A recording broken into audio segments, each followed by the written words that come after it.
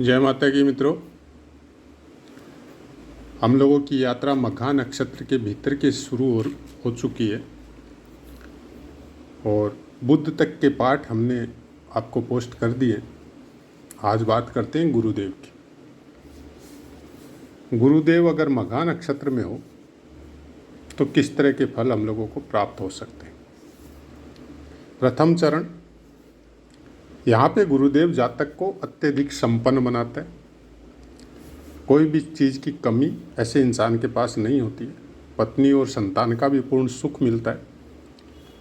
और नौकरी में भी हो, अगर खुद का बिजनेस नहीं है, अगर सर्विस में हो, नौकरी भी करता है तो बहुत हाई स्टैंडर्ड की होती है, बहुत उच्च पद तक जाता है ऐसा इंसान। दूसरे चरण में जातक को विद्वान और कई विषयों में, लाइक आजकल के समय में जैसे बोला जाता है पीएचडी किया हुआ है, तो बहुत से विषय में पारंगत होता है ऐसा इंसान। और बहुत जगह अलग अलग तरह की विद्याओं में जानने की रुचि लास्ट समय तक रहती है। मतलब ज्ञान के लिए ऐसा इंसान, चाहे वो सर्विस कर रहा है चाहे बिजनेस कर रहा है, लेकिन ज्ञान का भटकाव उसको उम्र के अंतिम समय तक रहता है। अब ये एक अलग बात है कि उस ज्ञान को वो पैसे में कन्वर्ट करता है, अधिकार में कन्वर्ट करता है और उसकी वजह से भौतिक शरीर के सुखों में रत रहता है, या उस ज्ञान को प्राप्त करता है जिस ज्ञान से आध्यात्मिक उन्नति हो, जीव की परमात्मा के साथ जुड़ाव हो। वो एक अलग विषय है। लेकिन गुरु यहाँ पे इंडिकेट आपको ये देता है कि उस ज्ञान से आप उस चीज़ को, उस रहस्य को, उन बातों को समझे जिनके लिए आपका या मनुष्य जीवन हम लोगों को मिला है। गुरु इंडिकेशन उसी चीज़ का देता है। अगर मघा नक्षत्र में दूसरे चरण में अगर गुरुदेव है तो आपको, ठीक है, आपने कोई पीएचडी की है, आपने कोई कई तरह के ज्ञान आपने प्राप्त किए और आप कोई अच्छी जगह में पोस्टेड है, या कोई उसी टाइप का आपको ज्ञान के द्वारा आप अपना बिजनेस कर रहे हैं, लेकिन इस ज्ञान के लेवल को थोड़ा सा चेंज कीजिए और थोड़ा कुछ, चाहे आप वेद शास्त्र हो, चाहे ज्योतिष हो, चाहे किसी भी धर्म से कनेक्टेड अगर आपका उस धर्म में जन्म हुआ है और किसी पंथ में जन्म हुआ है, तो उससे संबंधित जो ईश्वर या भगवान जो उपमा दी जाती है, जो बोला जाता है, अलग अलग पंथ में अलग अलग भगवान का नाम लिया जाता है, तो उस ज्ञान को प्राप्त करने की दिशा में कुछ अपना कदम बढ़ाइए, क्योंकि मघा नक्षत्र का गुरुदेव अध्यात्म ज्ञान के लिए प्रेरित करता है आपको। तीसरा चरण, गुरु का बहुत शुभ फल मिलता है। संपन्न परिवार में जन्म होता है ऐसे इंसान का, और विद्वान और धन के साथ साथ ऐसा इंसान साहसी और निर्भीक होता है। किसी भी चीज़ से, किसी भी बात से, कोई भी विपदा से, कोई भी तकलीफ से, कोई भी दुख से, कोई भी टेंशन से घबराता नहीं है।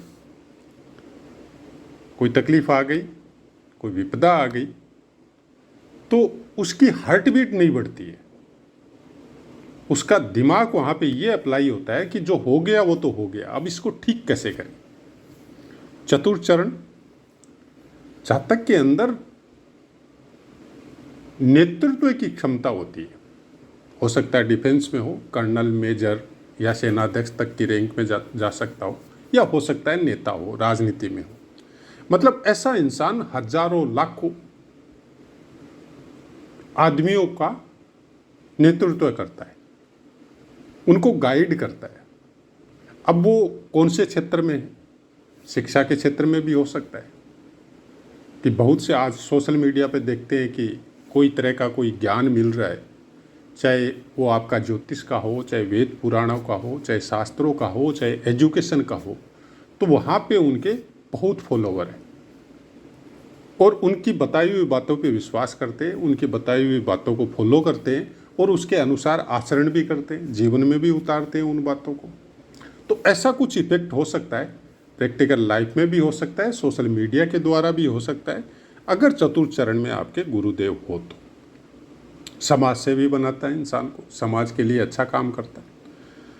अब गुरुदेव मघा नक्षत्र के किसी भी चरण में हो, वहाँ पे दृष्टि अगर सूर्य देव की हो उनके ऊपर, तो इंसान सद्गुणी, प्रसिद्ध और हर चीज़ से संपन्न बनाती है ये दृष्टि सूर्य देव की। अगर चंद्रमा की दृष्टि हो तो ससुराल पक्ष से धन प्राप्ति का चांस कुछ ज़्यादा होता है। मंगल की दृष्टि हो तो समाज सेवा के लिए प्रेरित करती है।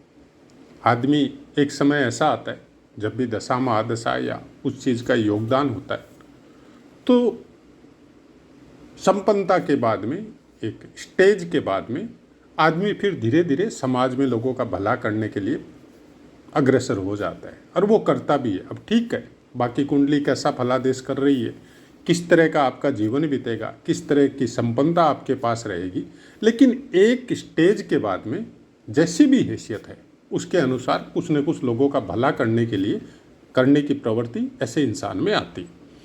बुध की दृष्टि हो, विद्वान और शास्त्रों में पारंगत बनाती है, खासकर वैदिक शास्त्र जो है उनके अंदर। और अगर कोई अलग पंथ में है, अलग धर्म से विलोम करते हैं, तो भी उस धर्म के शास्त्र जो है उनको पढ़ने की रुचि, उन पे चलने की रुचि, उनके अनुसार ज्ञान देने की रुचि, ऐसा कुछ होता है अगर बुध की दृष्टि हो तो।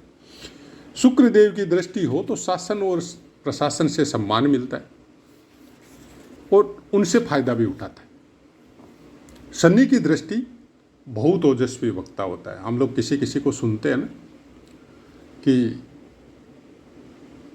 हो सकता है उसको बोलते समय कोई मिस्टेक हो गया हो, कोई गलती हो गया हो, या वो बोलते समय जिस विषय पे वो बोल रहे हो उनके उस विषय के बारे में उन्होंने कोई ज़्यादा रिसर्च नहीं की हो, लेकिन उस समय हम लोग उसके ऊपर अंगुली नहीं उठाते। मतलब वाणी में कुछ इस तरह का ओज या तेज होगा कि वो वाणी, वो क्या बोल रहे हैं, आदमी मतलब जस्ट स्टेचू हो जाता है, उसको सुनना अच्छा लगता है, उसको ऐसे लगता है मतलब वो कहीं और ही जगह में विचरण कर रहा है सुनने वाला, और वो एकदम स्टेचू होके बैठा हुआ रहता है। जैसे हम लोग कोई कहीं पे सिनेमा हॉल में कोई पिक्चर देख रहे हैं और सीन पर्दे पे चल रहे हैं और हम लोग चुपचाप बैठे हुए हैं, और हम लोग भी अपने आप को उसका पार्ट मान लेते हैं, मतलब भूल जाते हैं कि हम लोग कौन है।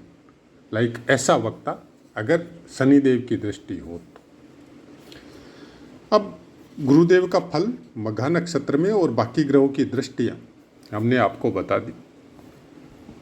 राहु और केतु के विषय में बहुत से वीडियो में हमने बताया भी है। इस पुस्तक में ऐसा कुछ नहीं लिखा है कि राहु और केतु की दृष्टि संबंधित नक्षत्र में बैठे हुए संबंधित ग्रह के ऊपर हो तो कैसा फल प्रदान करती है, क्योंकि जहाँ तक हम सोच सकते हैं राहु और केतु की दृष्टि के विषय में पुराने जो शास्त्र है हम लोगों के ज्योतिष के, उसमें भी कुछ नहीं बोला गया है।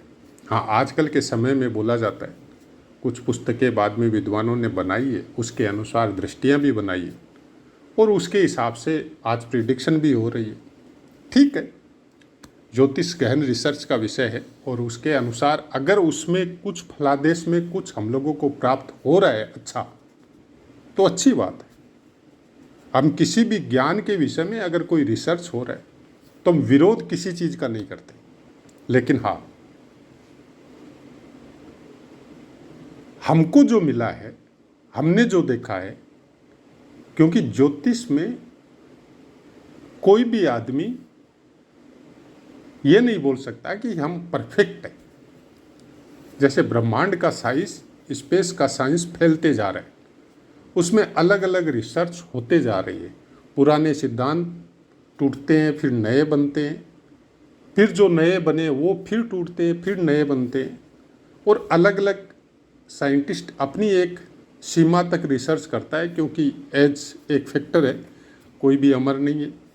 वैसा ही कुछ ज्योतिष में, जिसको जितनी बुद्धि भगवान ने दी है, उसका अध्यात्म का ज्ञान जितना परिपक्व है, उसके अनुसार से वो अपनी रिसर्च किया, उसने अपने क्षेत्र में बैठ के अपनी रिसर्च की, उस हिसाब से उसने लगाया, तो उसने एक पुस्तक भी बना दी, अलग दृष्टियाँ भी बना सकते हैं, तो उसके लिए अच्छी बात है। उनसे हेल्प ज़रूर मिलती है। आप कोई भी पुस्तक को इन 15-20 साल में अगर कोई बनी है, नई चीज़ें हम लोगों के सामने आ रही है, तो इग्नोर नहीं करना चाहिए। बहुत से आदमी किसी भी बात के ऊपर क्रिटिसाइज़ करते हैं कि आजकल एक चलन हो गया कि जिसके फेसबुक में या व्हाट्सएप पे या आपके सोशल मीडिया का कोई भी ऐप है, यूट्यूब वगैरह में जिसके फॉलोवर बेसी है, जिसके सब्सक्राइबर बेसी है, उसी का एक वीडियो का एक अंश उठाते हैं और उसके बाद में उसी अंश के ऊपर क्रिटिसाइज, मतलब ऐसा बोला है, ऐसा नहीं है, ऐसा है। किस लिए? क्योंकि उसका अंश दिखाएंगे तो उसके चाहने वाले जो है वो आपके पास आएंगे और फिर अपनी बात आपको कमेंट में रखेंगे, नहीं इसका मतलब आप गलत बता रहे हैं, ये ऐसा है। उसको कोई मतलब नहीं है उससे। उसने उस आदमी के जो फॉलोवर है उसको अपने साथ मिलाया। मतलब सोच, थिंकिंग जो है ना, किसी की नेगेटिव चल रही है, किसी की पॉजिटिव चल रही है। कोई नेगेटिव कर रहा है, किसी का कोई अंश उठाता है फेमस आदमी का और उसके ऊपर अनाप शनाप जो मुंह में आता है वो बोलता है और उसके बाद में हम लोग सब जो फॉलोवर है जितने भी, वो सब उसके ऊपर टूट पड़ते हैं। इग्नोर करिए ना, ध्यान ही मत दीजिए। वो एक दो बनाएगा और फिर समझ जाएगा कि नहीं, फायदा नहीं है।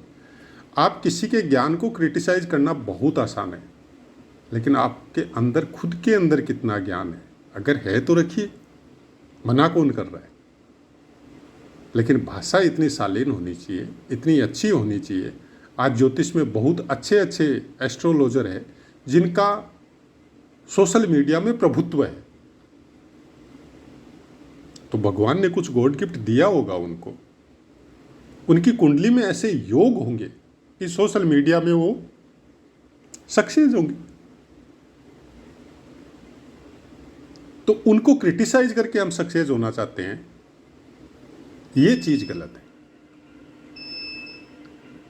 आपको ज्ञान नहीं है, कोई बात समझने की हमारे अंदर वो बुद्धि नहीं है, तो ये उनकी गलती नहीं है, ये हमारी अपनी गलती है।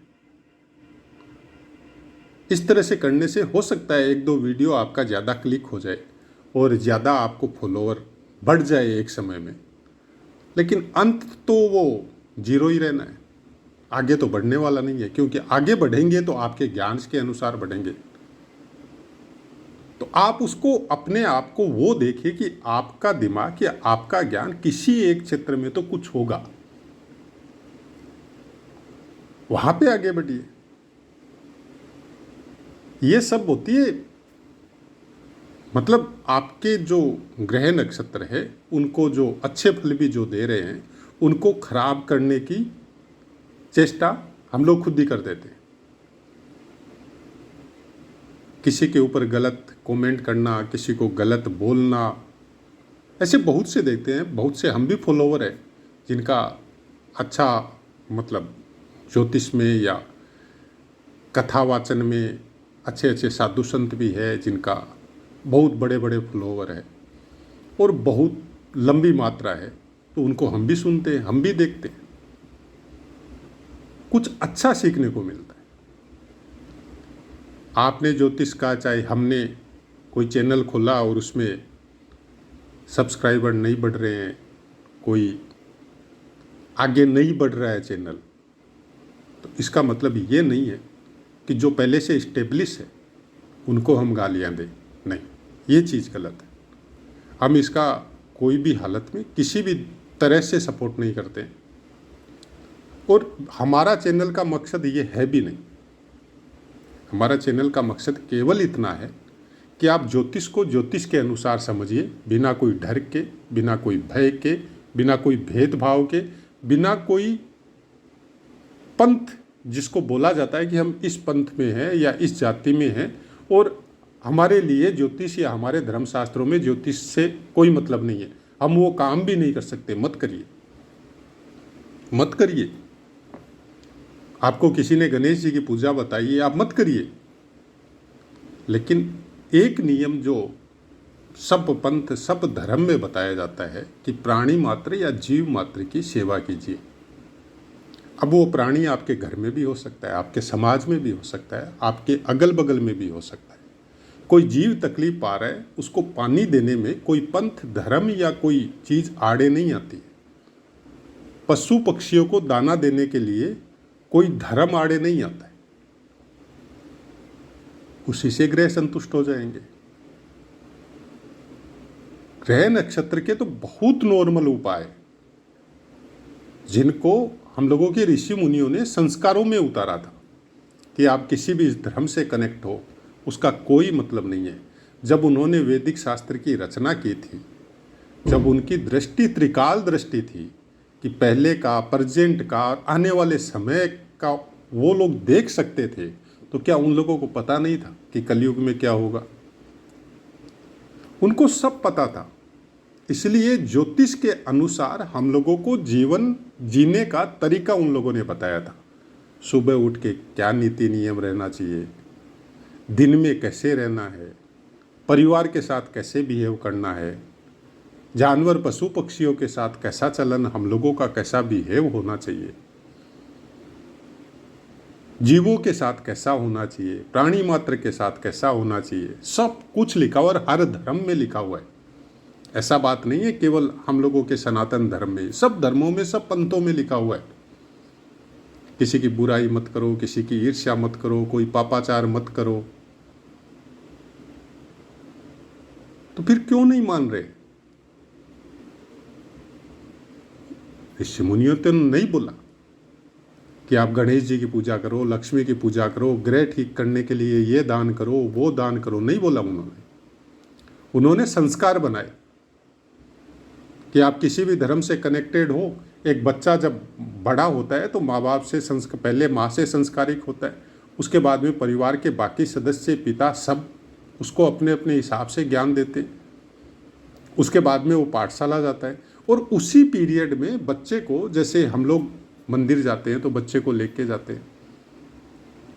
अब हो सकता है आप दूसरे पंथ से हो, समुदाय से हो, आप अपने इष्ट के स्थान में जाते हो तो बच्चे को लेके जाते हैं, तो आपका गुरु तो ऑटोमेटिक वहीं पे ठीक होना चालू हो जाता है बच्चे का, क्योंकि धर्म स्थान में जाने की प्रेरणा ही गुरु को ठीक करना है। किसी पशु पक्षी को भोजन देना आपके शनि बुध चंद्रमा तक को ठीक होता है। भोजन दो, जल दो, ये सब ग्रह ठीक होते हैं उससे। किसी हरे भरे वृक्ष को नहीं काटना, जो फिक्स है। हम लोगों के बुजुर्गों ने जब, मतलब पुराने, जो आज भी गांव या देहात में हम लोग जाते हैं तो बड़े बड़े पीपल के पेड़ मिलते हैं, बट वृक्ष मिलते हैं, जहाँ पे बाकायदा बैठने का स्थान बनाया गया है। तो क्या ऐसे ही बना दिया था क्या उन लोगों ने? मान लिया कि पीपल का पेड़ अपने आप उगा है, तो फिर ऐसा क्यों हुआ कि उसके चारों तरफ स्थान भी बनाया, पक्का सीमेंटेड बनाया हुआ है या मिट्टी से बनाया हुआ है, और गांव के बीच में है, और हर गांव में मिलेगा। आप हम इस साइड में अगर घूमते हैं, चाहे राजस्थान है, एमपी है, हरियाणा है, पंजाब है, उत्तर प्रदेश है, आपका बिहार है, वहाँ पे तो हर जगह मिलेगा, हर गांव में मिल जाता है आपको कि पीपल का या वट वृक्ष का पेड़ है, चारों तरफ गांव बसा हुआ है।